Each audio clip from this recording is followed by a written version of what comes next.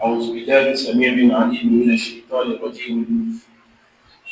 بسم الله الرحمن الرحيم.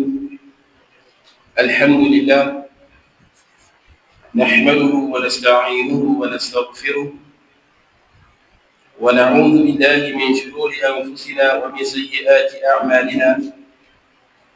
من يهده الله فلا مضل له ومن يضلل فلا هادي له، وأشهد أن لا إله إلا الله وأشهد أن محمدا عبده ورسوله صلوات الله وسلامه عليه وعلى آله وأصحابه ومن اهتدى بسنته إلى يوم الدين. رب اشرح لي صدري ويسر لي أمري واحلل عقدة من لساني يفقهوا قولي. سبحانك لا علم لنا إلا ما علمتنا إنك أنت العليم الحكيم. Toute la louange appartient à Allah subhanahu wa ta'ala,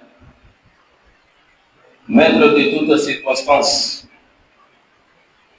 Nous implorons sa grâce et sa miséricorde sur l'ensemble des prophètes et messagers véritablement envoyés par lui, et particulièrement sur notre bien-aimé le prophète Muhammad sallallahu alayhi wa sallam, sur sa famille, sur ses nobles compagnons et sur tous ceux-là qui les suivent dans la bonne direction jusqu'au jour de la rétribution.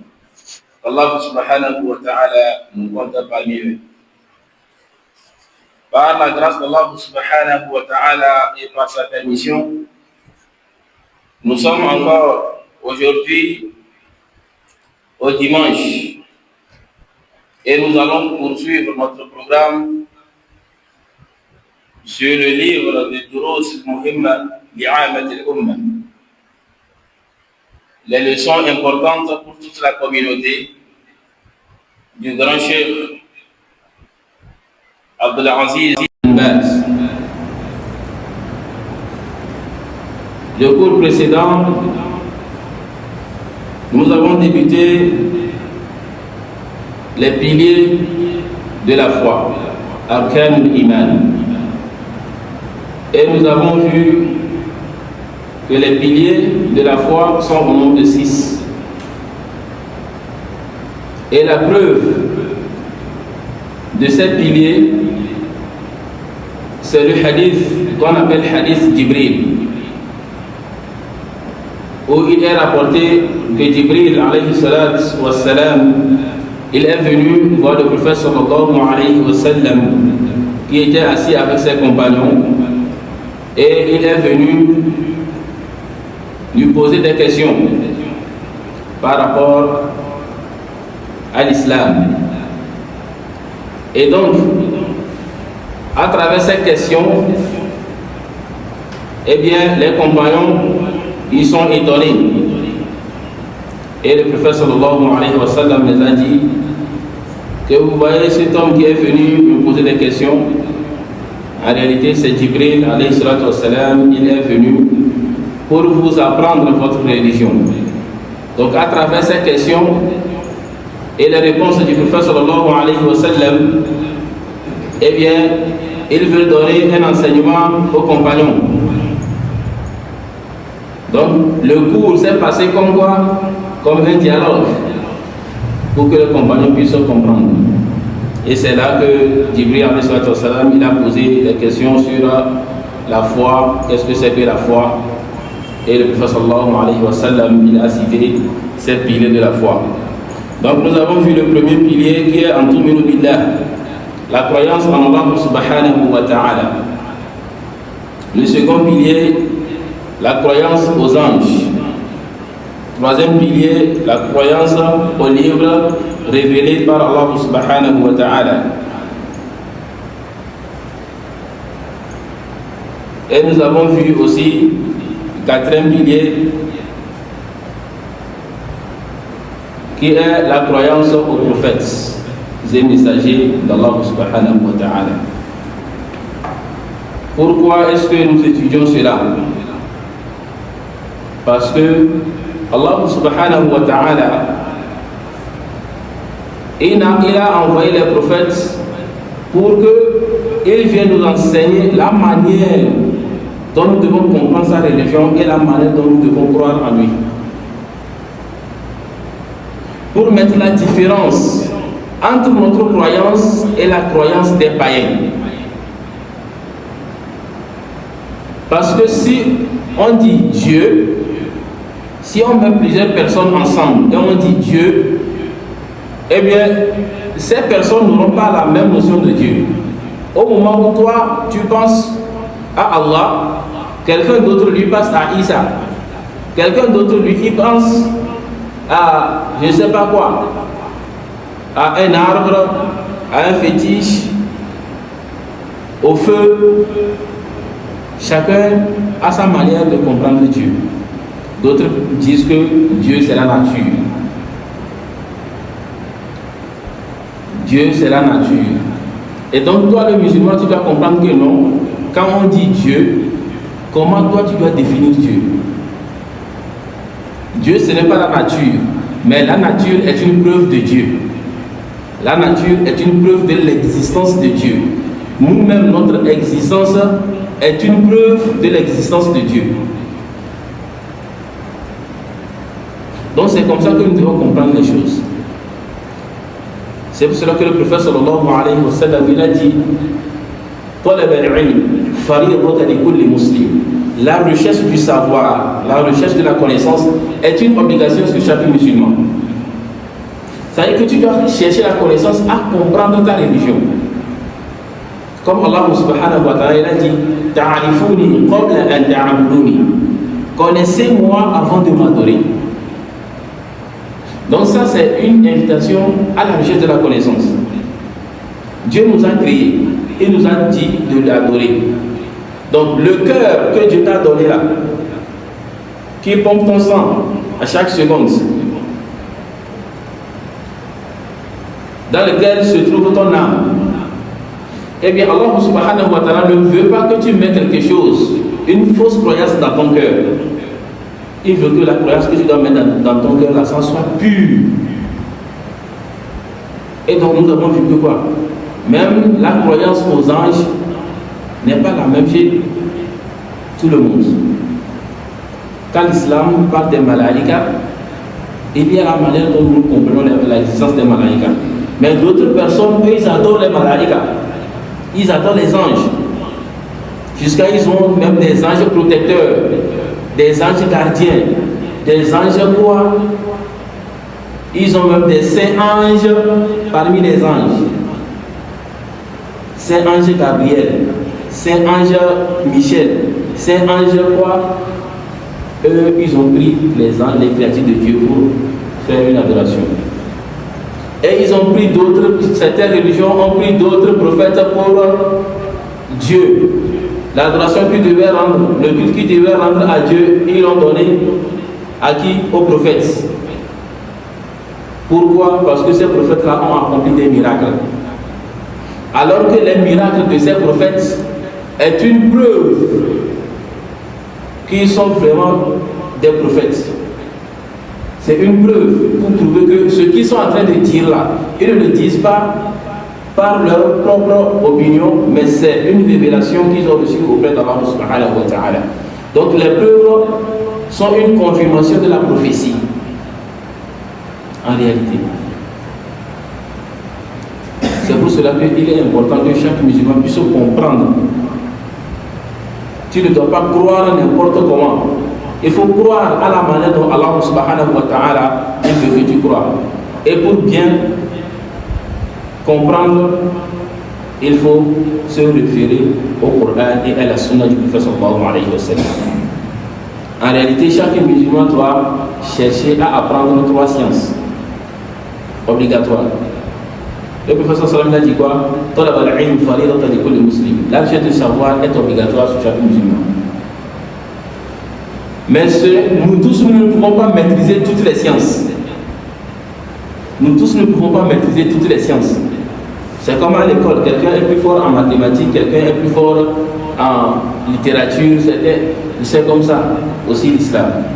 Donc l'islam a différentes sciences. L'islam englobe différentes sciences. Mais la science primordiale que chaque musulman doit apprendre forcément et obligatoirement, c'est la science du tawhid. C'est la science du tawhid, la science de l'unicité de Dieu. Donc ça veut dire qu'il doit bien comprendre les 5 piliers de l'islam, bien comprendre les 6 piliers de la foi. Ça c'est obligatoire sur chaque musulman. Chaque musulman doit comprendre ça correctement. Maintenant, après la science du tawhid, le musulman doit apprendre la science du halal et du haram, du licite et de l'illicite. Parce que si tu ne sais pas ce qui est haram, tu vas tomber dans le péché. Alors que Allah subhanahu wa ta'ala t'a interdit de consommer ce qui est haram, d'utiliser ce qui est haram, de vendre ce qui est haram. Donc de nourrir ta famille avec ce qui est haram, avec de l'argent acquis d'une manière illicite. Donc comment tu peux savoir que le commerce que tu exerces, il n'y a pas haram dedans? Le travail que tu fais, il n'y a pas haram dedans. Donc ça c'est une science que tout musulman doit apprendre. Ça c'est obligatoire. Ça c'est obligatoire. Troisième science que le musulman doit apprendre, c'est la science de l'adoration. Le fiqh, la jurisprudence. C'est-à-dire que on t'a dit de prier. Comment tu vas prier? Quelles sont les conditions de la prière? Quels sont les piliers de la prière? Quels sont les sunnahs de la prière? Quelles sont les recommandations de la prière? Qu'est-ce qui gâte la prière? Et ainsi de suite. Tout ce qui est lié à l'adoration, le musulman doit savoir cela. Maintenant, le reste, ça c'est pour les savants. Ceux-là qui se sont donnés à l'étude islamique pour aller loin. Le reste là, ça les engage. Mais ce qui est obligatoire sur chaque musulman, c'est 3. Le tawhid, ça c'est forcé, obligatoire. Le halal et le haram, le licite et l'illicite. Et troisièmement, la jurisprudence, la science de l'adoration. Maintenant, si tu connais ça, tu es quitte. Tu vas faire ton adoration tranquillement, sans crainte. Personne ne viendra te tromper dans ton adoration. Personne ne viendra te mentir sur Allah. Personne ne viendra te tromper sur les anges. Personne ne viendra te tromper sur la personnalité des prophètes et sur leur grade. Et personne ne viendra te tromper avec les livres révélés d'Allah subhanahu wa ta'ala. Donc ça c'est une science obligatoire sur chaque musulman. Allah subhanahu wa ta'ala nous accorde la compréhension. Donc, notre séance précédente, nous avons parlé de la croyance aux livres et aux prophètes. Et nous avons dit que les livres que Allah subhanahu wa ta'ala a révélés sont abrogés. Le Coran est venu pour abroger les autres livres. Donc aujourd'hui, le seul livre sur lequel les gens doivent se baser, ou le musulman doit se baser, c'est le Coran. Pourquoi? Parce que Allah subhanahu wa ta'ala il a dit Inna nahnu nazzalna al-Qur'an wa inna lahu lahafidhun. Que c'est nous qui avions révélé le Coran et c'est nous qui allions le protéger. Donc le Coran a été protégé par Allah subhanahu wa ta'ala. Il n'y a pas de confusion dans le Coran. Mais pourquoi il faut délaisser les autres livres? Parce que les autres livres ont été falsifiés. Et eux-mêmes, ils reconnaissent que le livre qu'ils tiennent ont été falsifiés. L'évangile a été falsifié. La Torah a été falsifiée. Il n'y a plus l'évangile original. Il n'y a plus la Torah originale. Maintenant, c'est l'évangile selon Saint Matthieu l'évangile selon Marc, l'évangile selon qui? Alors que l'évangile a été révélé à qui? À Jésus, à Isa. Donc en réalité, ce sont uniquement ces paroles qui doivent se figurer dans l'évangile. Donc maintenant, s'il y a l'évangile selon quelqu'un, on ça veut dire que ces propos ont été falsifiés. Des propos ont été ajoutés. Donc le faux a été mélangé au vrai. Et donc on ne saura pas qu'est-ce qui est vrai, qu'est-ce qui est faux. C'est pour cela que ces livres-là ont été abrogés par le Coran. Et Allah subhanahu wa ta'ala nous a donné une garantie. Que le Coran ne serait jamais falsifié. Il serait préservé jusqu'à la fin des temps. Quelles que soient les tentatives que les gens auront à faire, ils ne pourront jamais falsifier le Coran. Et c'est comme ça que Allah subhanahu wa ta'ala, il va toujours susciter des gens qui vont le sauvegarder dans leur mémoire. Aujourd'hui, il y a plein de gens dans le monde qui ont mémorisé le Coran, qui écrivent le Coran à la main. Donc, le Coran a été préservé. Ainsi, les prophètes qui ont été envoyés sur la surface de la terre, on a dit, ils sont au nombre de 124 000. Et parmi les 124 000, il y a les messagers. Et ils sont au nombre de 313. Donc 124 000 au total, 313 messagers. Et on a vu la différence entre les prophètes et messagers. Les messagers, ce sont ceux-là à qui Allah subhanahu wa ta'ala a donné une juridiction, un livre sur lequel ils doivent se baser. Et les prophètes ont reçu ordre de transmettre, mais n'ont pas reçu un livre spécifique à eux. Donc ils viennent continuer la mission du prophète ou bien du messager précédent. Et ils se basent sur sa juridiction. Et ainsi de suite. Donc maintenant, aujourd'hui,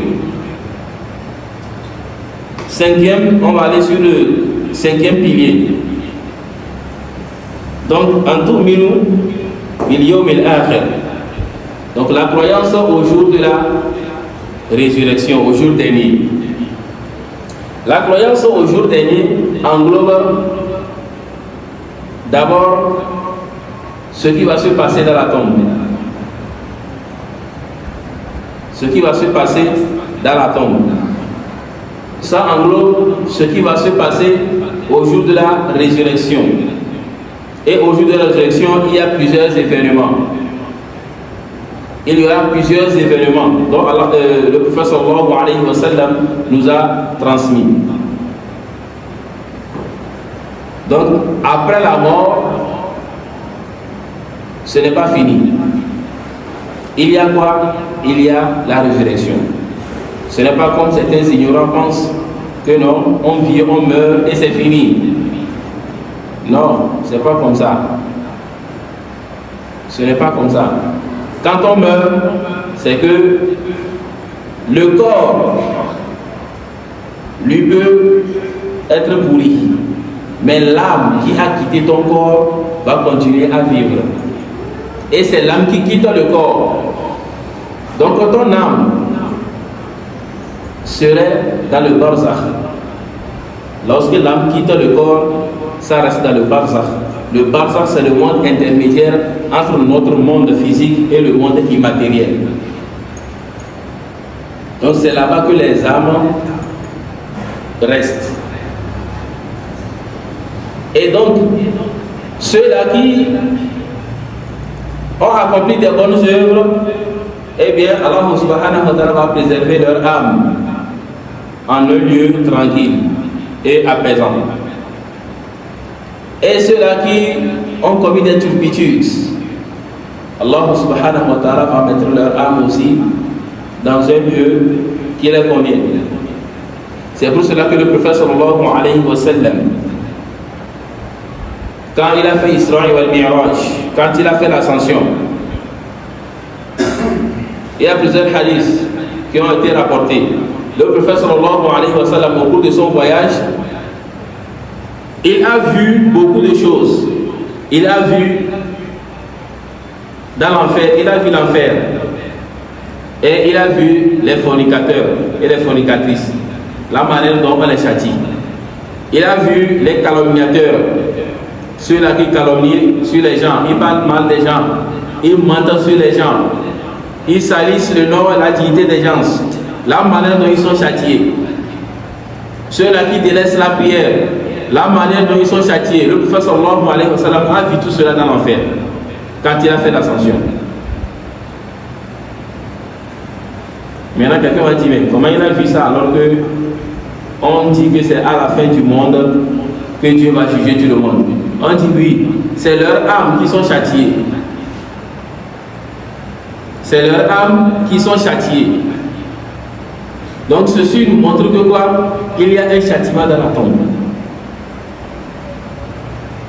Ceci est une preuve qu'il y a un châtiment dans la tombe. Si leur âme est châtiée et que cela a été montré au prophète sallallahu alayhi wa sallam, bon, ça veut dire que tout ce que le prophète sallallahu alayhi wa sallam nous a rapporté par rapport au châtiment de la tombe, eh bien, c'est une réalité. Donc c'est une réalité. Et il a vu aussi le paradis. Et on lui a montré les âmes qui se trouvent aussi au paradis. C'est là qu'il a entendu les pas de Bilal. C'est là qu'il a entendu les pas de Bilal. Et quand il est revenu, il a demandé à Bilal, quand je suis monté au ciel, j'ai entendu tes pas derrière moi. Alors j'aimerais savoir quels sont les actes que tu fais jusqu'à ce que tu n'es pas encore mort, mais on sent ton âme vibrer au ciel. On sent tes pas au ciel, alors que tu n'es pas encore mort. Donc ça dit que le paradis lui est garanti, alors qu'il est encore sur terre.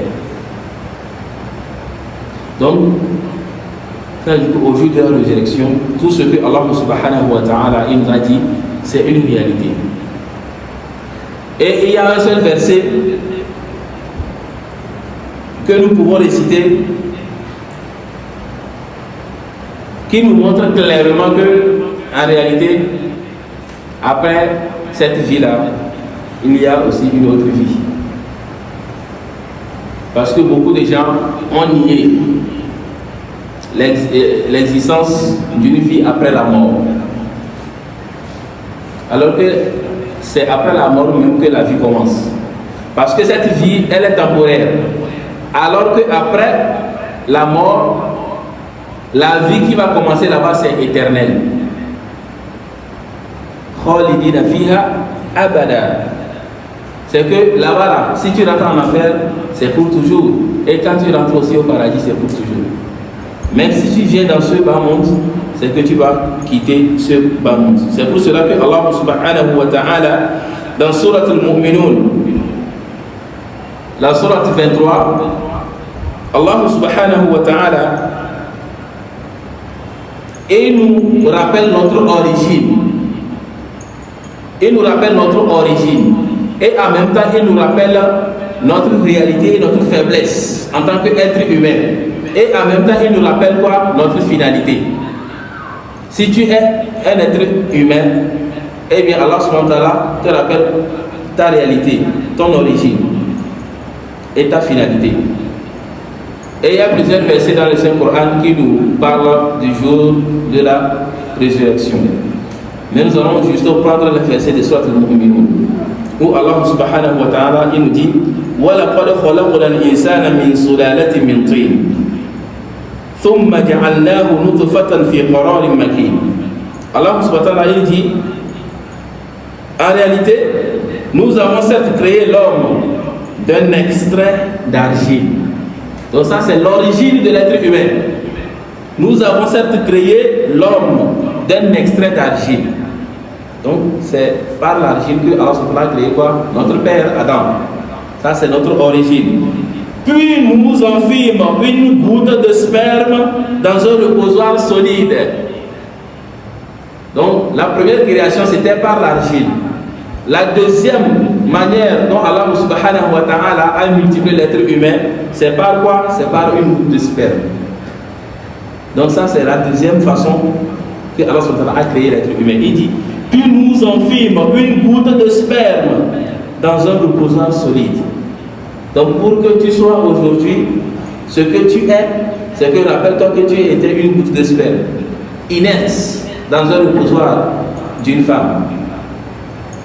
Ensuite, nous avons fait du sperme une adhérence, et de l'adhérence, nous avons créé un embryon. Puis, de cet embryon, nous avons créé des os et nous avons revêtu les os de chair. Ça, c'est l'étape de la création de l'être humain. Ensuite, nous l'avons transformé en une toute autre création. Donc, l'embryon qui ne ressemble à rien dans l'utérus de la femme, alors Allah dit quoi? Ensuite, nous l'avons transformé en une toute autre création. Donc, Allah a donné maintenant forme, les oreilles, les yeux, ainsi de suite. Et c'est comme ça que l'être humain a commencé. Donc, ça, en réalité, le musulman doit dire Alhamdulillah, car la science mondiale aujourd'hui, tout ce que les gens peuvent dire que ah, le blanc a fait, le blanc a découvert, le blanc a fait quoi? Wallahi, tout ceci, c'était déjà dans le Coran. Ça, Allah subhanahu wa ta'ala nous le dit. Et il y a combien d'années? Plus de 1400 ans. Et que Allah subhanahu wa ta'ala et nous décrit la création de l'être humain. Avant l'arrivée de quoi? De l'échographie. Avant l'arrivée de l'échographie. Donc Allah subhanahu wa ta'ala nous a déjà décrit tout cela. Donc en tant que musulman, tu dois connaître quoi? Ton origine. Et tout ce que aujourd'hui la science ou la technologie est en train de découvrir, en réalité, ce ne sont pas des choses nouvelles pour le musulman. En réalité, ce sont des signes. Ce sont des signes pour dire que quoi? Le Coran ne vient pas du prophète sallallahu alayhi wa sallam, mais ça vient d'Allah subhanahu wa ta'ala. Car la science ne cesse de confirmer tout ce que le Coran a dit. La science ne cesse de confirmer tout ce que le Coran a dit. Regardez l'étape de la création. Et aujourd'hui, si nous rentrons dans l'embryologie, dans la science de l'embryologie, c'est la même chose qui a été décrite. Allah subhanahu wa ta'ala dit quoi? Ensuite, nous avons transformé en une toute création. Gloire à Allah, le meilleur des créateurs. Allah subhanahu wa ta'ala s'est glorifié. Et maintenant, il va nous rappeler notre finalité. Et il dit ثم بعد ذلك لميتون ثم إنكم بعد ذلك لميتون ثم إنكم يوم القيامة تبعثون. Il nous a rappelé la manière dont nous avons été créés. Et il s'est glorifié. Que quoi? Gloire à Allah, le meilleur des créateurs. Et il dit et puis après cela, vous mourrez. Vous avez commencé en étant une goutte de sperme. Après tout, Dieu vous a créé, vous avez grandi, on vous a mis au monde, vous avez grandi, ainsi de suite. Alors, et puis après cela, vous mourrez. Et puis au jour de la résurrection, vous serez ressuscités. Sourate 23, versets 15 à 16. Sourate 23, versets 15 à 16. Donc ça, déjà, ça nous suffit pour nous dire quoi? Qu'il y aura la résurrection. Ça là déjà, c'est déjà suffisant pour nous dire quoi? Qu'il y aura la résurrection. Il y a beaucoup de preuves dans le Coran. Donc quel que soit ce que les gens vont dire, eh bien au moment où ils étaient inertes dans l'utérus de la femme, ils étaient inconscients de l'existence de ce monde. Et que Allah subhanahu wa ta'ala les a amenés dans ce monde. C'est là ils ont su que donc il y a un autre endroit plus vaste que le ventre de ma maman. Parce que quand ils étaient dans le ventre de la maman, ils étaient inconscients.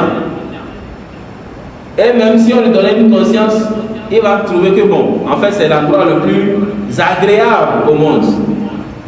Maintenant qu'il est né, il est venu au monde, il va dire ici là c'est meilleur que là où j'étais. Et c'est comme ça aussi que tu vas quitter aussi ce monde. Tu vas aller dans un autre monde. Et ça, tu retournes à l'origine. qu'Allah subhanahu wa ta'ala nous accorde une bonne fin.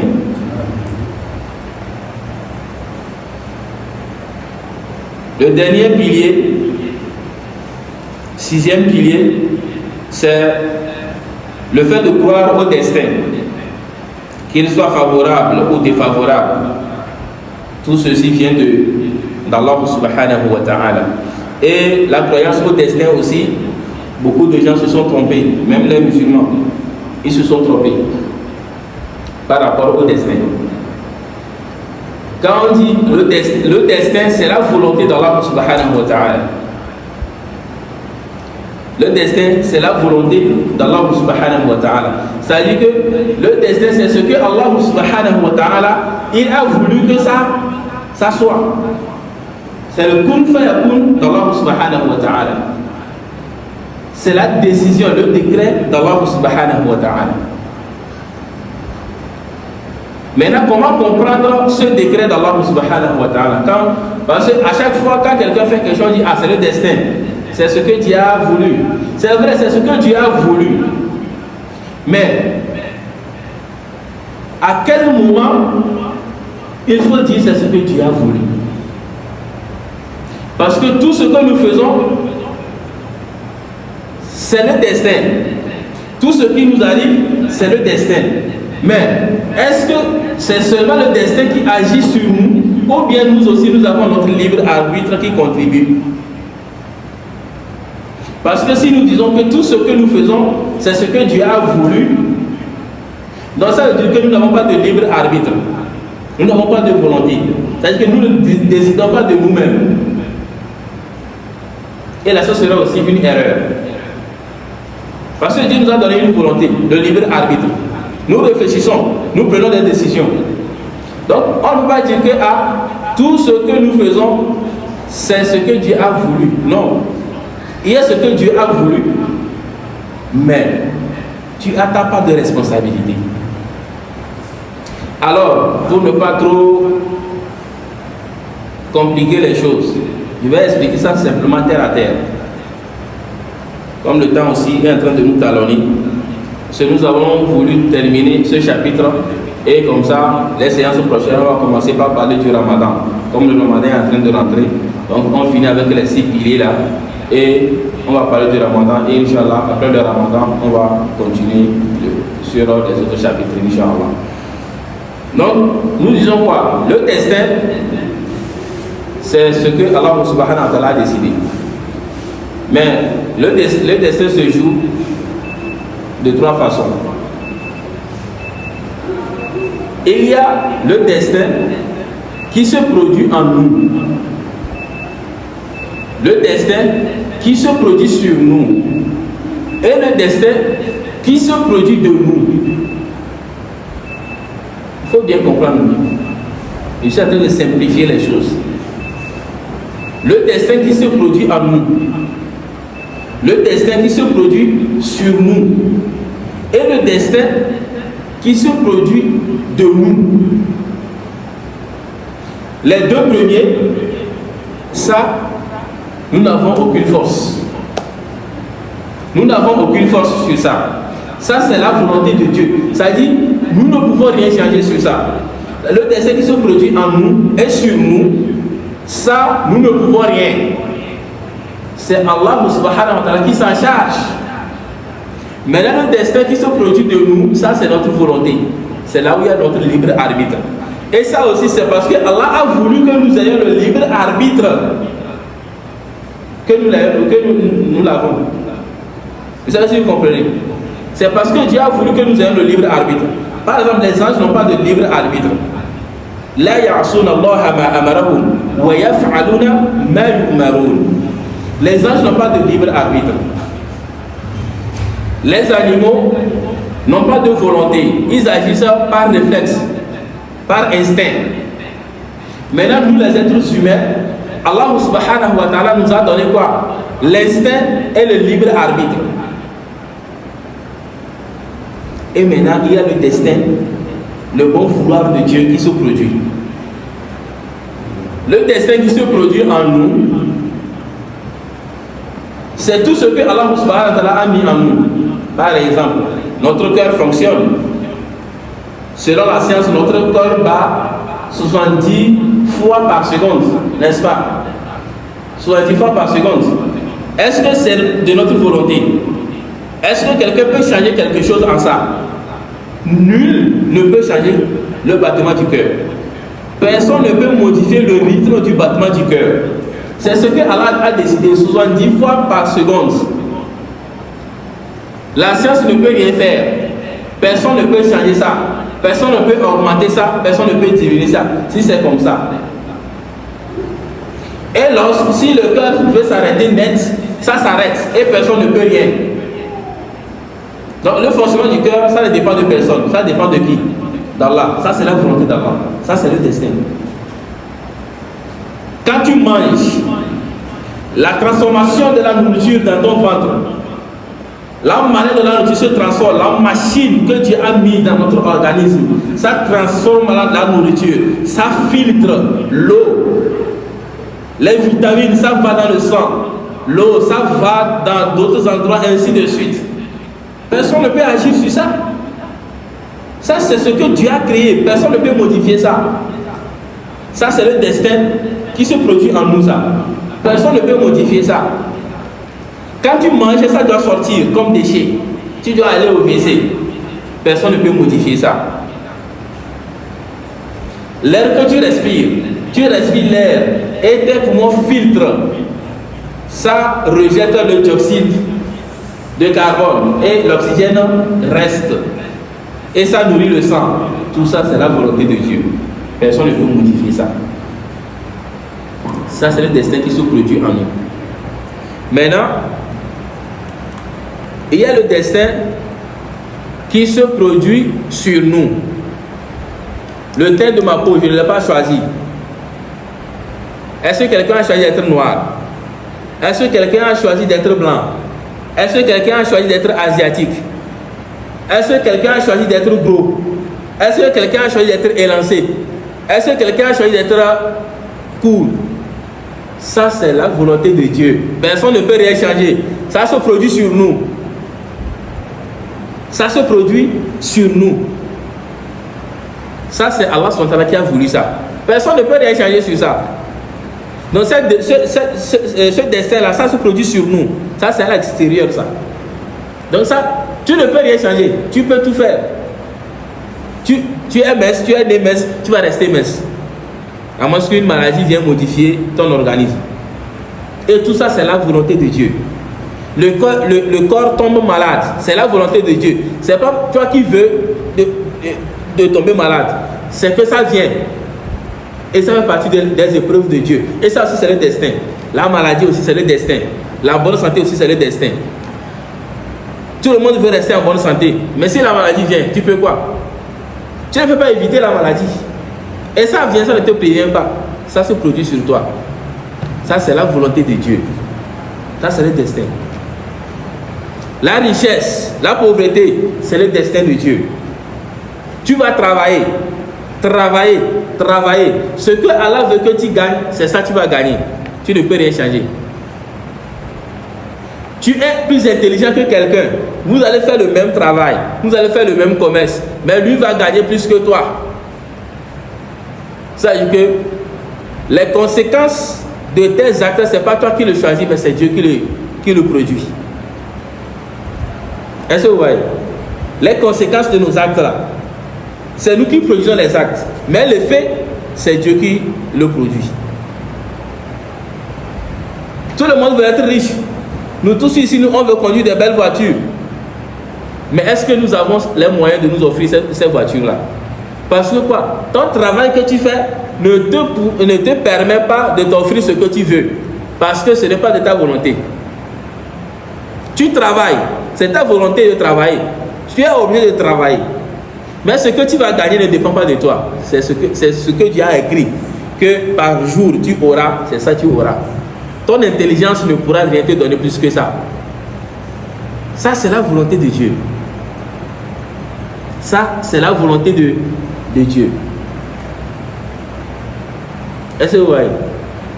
Maintenant, le destin qui se produit de nous, c'est là que beaucoup de gens se sont trompés. Ça se produit de nous. Ça dit que c'est notre volonté de le faire. Vous avez choisi de venir ici. Au même moment, d'autres, ils savent qu'aujourd'hui, on a cours, on a une séance. Mais ils ne sont pas venus. Est-ce que c'est Dieu qui les a empêchés de venir? Ils ont fait leur programme. Ils ont fait leur programme, mais ils n'ont pas voulu être là. Est-ce que vous voyez? Mais vous avez fait votre programme, vous voulez être là. Donc c'est votre volonté d'être ici. Personne ne vous a forcé d'être là. Donc, si quelqu'un fait le bien, c'est parce qu'il a fait le choix de faire le bien. Si quelqu'un fait le mal, c'est parce qu'il a choisi de faire le mal. Donc, quelqu'un ne peut pas faire le péché et va dire que c'est la volonté de Dieu. Comme si c'est Dieu qui l'a poussé à commettre le péché. Si quelqu'un délaisse la prière, il ne peut pas dire que c'est la volonté de Dieu. Parce que Dieu dit quoi? Inna hadaynahu sabila imma shakiran ou imma kafura. Nous avons établi deux chemins. Le chemin de la rectitude, le droit chemin et le chemin de l'égarement. Donc Dieu vous a donné quoi? Donc si Dieu nous dit qu'il a établi deux chemins, donc ça veut dire qu'il vous a donné le libre arbitre de faire quoi? De choisir. Donc celui qui veut suivre le chemin de la droiture, il va suivre le chemin de la droiture. Celui qui veut suivre le chemin de l'égarement, il va suivre aussi le chemin de l'égarement. Donc ça, c'est ta volonté. Est-ce que vous voyez? C'est ta volonté qui parle là-bas. Maintenant, parfois Dieu, il peut voir ton intention. Il peut voir ton intention. Si ton intention est bonne et que tu n'as pas la possibilité, la force de faire ce que ton intention te dit de faire, eh bien, si ton intention elle est pure, Allah subhanahu wa ta'ala va te le faciliter. C'est pour cela que le prophète sallallahu alayhi wa sallam, il dit, il n'y a rien qui peut changer le destin si ce n'est l'invocation. Est-ce que vous voyez? Le prophète il dit quoi? Il n'y a rien qui peut changer le destin si ce n'est ad-du'a, l'invocation. Il s'agit de quel destin ici? Il s'agit du destin qui se produit de nous, c'est-à-dire qui fait partie de notre volonté. Est-ce que vous voyez? Tu as la volonté d'adorer Allah subhanahu wa ta'ala. Est-ce que vous voyez? Tu veux adorer Allah, tu veux être droit, tu veux être pieux, tu veux être quelqu'un de correct. Mais de temps en temps, tu es tenté par le péché. Le diable t'influence. Tu es tenté par le péché. Parce que c'est comme ça que Dieu a créé notre âme. Est-ce que tu vois? C'est toi qui vas travailler sur ton âme. Donc, si tu vois que tu fais l'effort d'être droit, mais au même moment, il y a des envies de péché qui te viennent. Tu as envie de sortir, d'aller en boîte, de prendre de l'alcool, d'aller dans les endroits interdits, ainsi de suite. Ça, c'est ta volonté, ça. Est-ce que tu vois? Mais si tu fais l'invocation, tu demandes à Allah subhanahu wa ta'ala de te changer en une bonne personne. Parce que tu veux être une bonne personne. Mais de temps en temps, tu tombes dans le péché. Est-ce que tu vois? Dieu peut te changer ce destin-là. Est-ce que tu vois? Parce que ta volonté, le fait que tu arrives à choisir entre le bien et le mal, c'est qui t'a donné cette capacité de réfléchir et de choisir. C'est Dieu. Donc ça veut dire que c'est un destin que Dieu a mis en toi et sur toi. Et donc tu l'utilises. Donc tu peux l'utiliser à bon escient ou à mauvais escient. Est-ce que tu vois? Et donc le fait que tu utilises ta bonne volonté, c'est-à-dire ton libre arbitre pour faire le choix, tu peux demander à Allah subhanahu wa ta'ala de faire en sorte que chaque fois tu puisses faire le bon choix. À chaque fois que tu prends une décision, que tu prends une décision qui plaît à Allah subhanahu wa ta'ala. Une décision qui te mène vers le chemin du paradis. Donc ça, c'est le destin qui se produit de nous. Ça vient de nous. Est-ce que vous comprenez? Ouais. Donc, quand on parle du destin, donc c'est les trois choses qu'il faut retenir. Il y a le destin qui se produit en nous. Donc notre fonctionnement, ça c'est Dieu qui a décidé. Le destin qui se produit sur nous. Donc l'effet, notre apparence, notre nature, ainsi de suite. notre richesse, la pauvreté, ainsi de suite, la maladie, tout ça, c'est le destin qui se produit sur nous. Et ça aussi, c'est la volonté de Dieu. Et maintenant, le destin qui se produit de nous. Donc là, il s'agit de notre propre volonté. Donc si quelqu'un vole, ou bien commet le péché, et qu'on dit, ah, crains Dieu. Il ne faut pas dire que non, c'est parce que Allah a voulu que je sois comme ça. Si Allah veut, il va me guider. C'est pas si Allah veut, il va me guider. Si toi, ta volonté veut être que tu sois guidé, eh bien tu demandes, tu fais l'effort pour être sur le droit chemin. Et comme ça, Allah va t'aider. Est-ce que vous voyez? Si quelqu'un fait le bien, c'est pas la grâce d'Allah, mais c'est parce que la personne a la volonté de faire le bien. Il a la bonne volonté et Dieu l'a aidé à faire aussi le bien. Est-ce que vous voyez? Donc c'est comme ça que nous devons comprendre le destin. C'est comme ça que nous devons comprendre le destin. C'est les trois caractéristiques du destin. Et celui qui a bien compris ça, c'est fini. Il n'aura plus de problème avec des mauvaises explications d'ici et là. Parce que certains savants même, ils se mélangent dans l'affaire du destin. Parce que si on dit que nous avons le libre arbitre et que c'est nous qui choisissons tout, qui faisons tout, alors là, ça serait un mauvais jugement de la justice d'Allah. C'est comme Allah n'est pas juste. Est-ce que vous voyez? C'est comme si Allah n'est pas juste. Parce que comment il peut guider certains et égarer certains? Non. Allah n'a pas créé les humains pour les châtier. N'est-ce pas? Il n'a pas créé les humains pour les châtier. Donc, il nous a donné le libre arbitre, la volonté de faire quoi? De choisir entre le bien et le mal. Mais celui qui fait le bien, il sera récompensé par le paradis. Celui qui fait le mal, il sera récompensé par l'enfer, car on nous en préserve. Donc, ça veut dire que la volonté que Dieu t'a donnée, c'est une volonté qui fait partie de ton destin. Maintenant, c'est à toi d'utiliser ce destin-là à bon escient. Est-ce que vous comprenez? Si aujourd'hui, on a demandé à Abu Bakr, radiallahu anhu, comment il a compris le destin, que c'est quoi le destin, et il a dit à la personne, il dit lève-toi, la personne s'est levée. Il dit lève un pied, la personne a levé un pied.